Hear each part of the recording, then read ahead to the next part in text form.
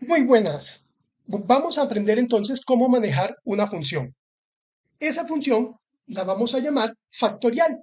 ¿Qué es un factorial? Es un número 5, factorial de 5, es la multiplicación de uno, lo que dé por 2, lo que dé por 3, lo que dé por 4, lo que dé por 5. Así que el factorial de uno a 5 son las multiplicaciones desde el uno hasta el 5.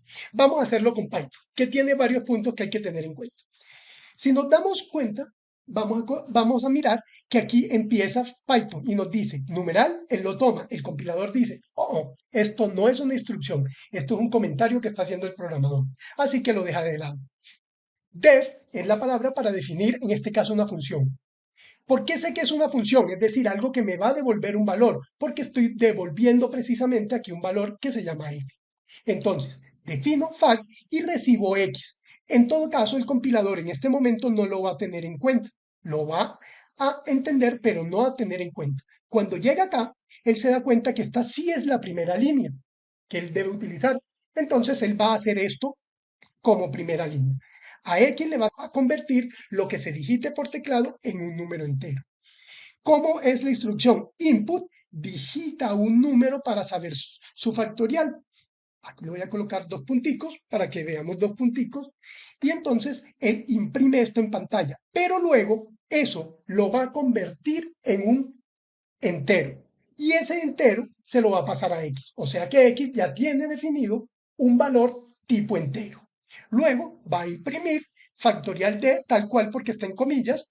X, ¿quién es X? Lo que haya leído aquí es un espacio y lo voy a mandar a fact con el valor de x. Si digito 5, él se va a ir fact con 5 y va a buscar fact y le va a asignar aquí un 5.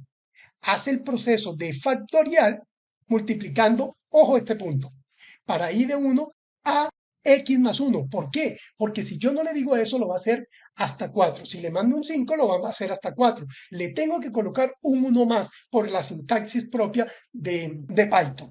Con incrementos entonces de 1. Ojo con esto que podríamos confundirnos porque no es lo usual en los lenguajes de programación.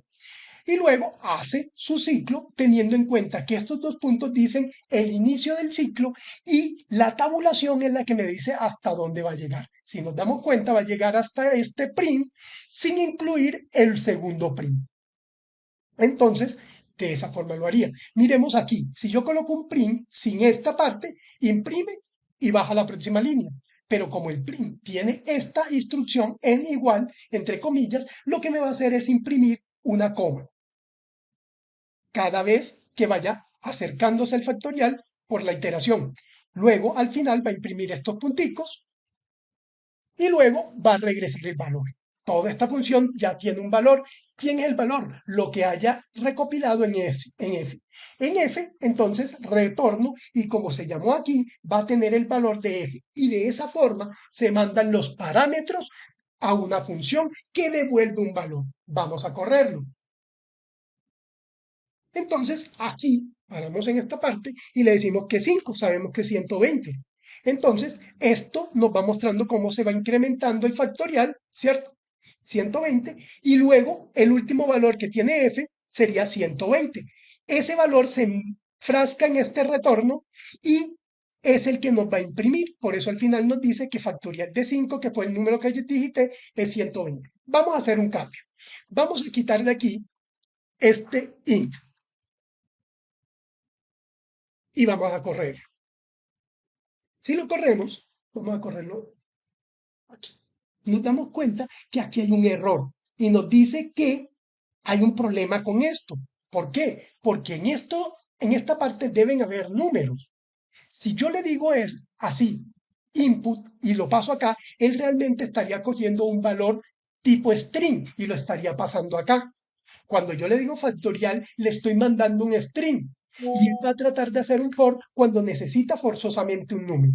Lo que quiere decir que no nos va a lograr entender el compilador porque él está esperando un número, no un string.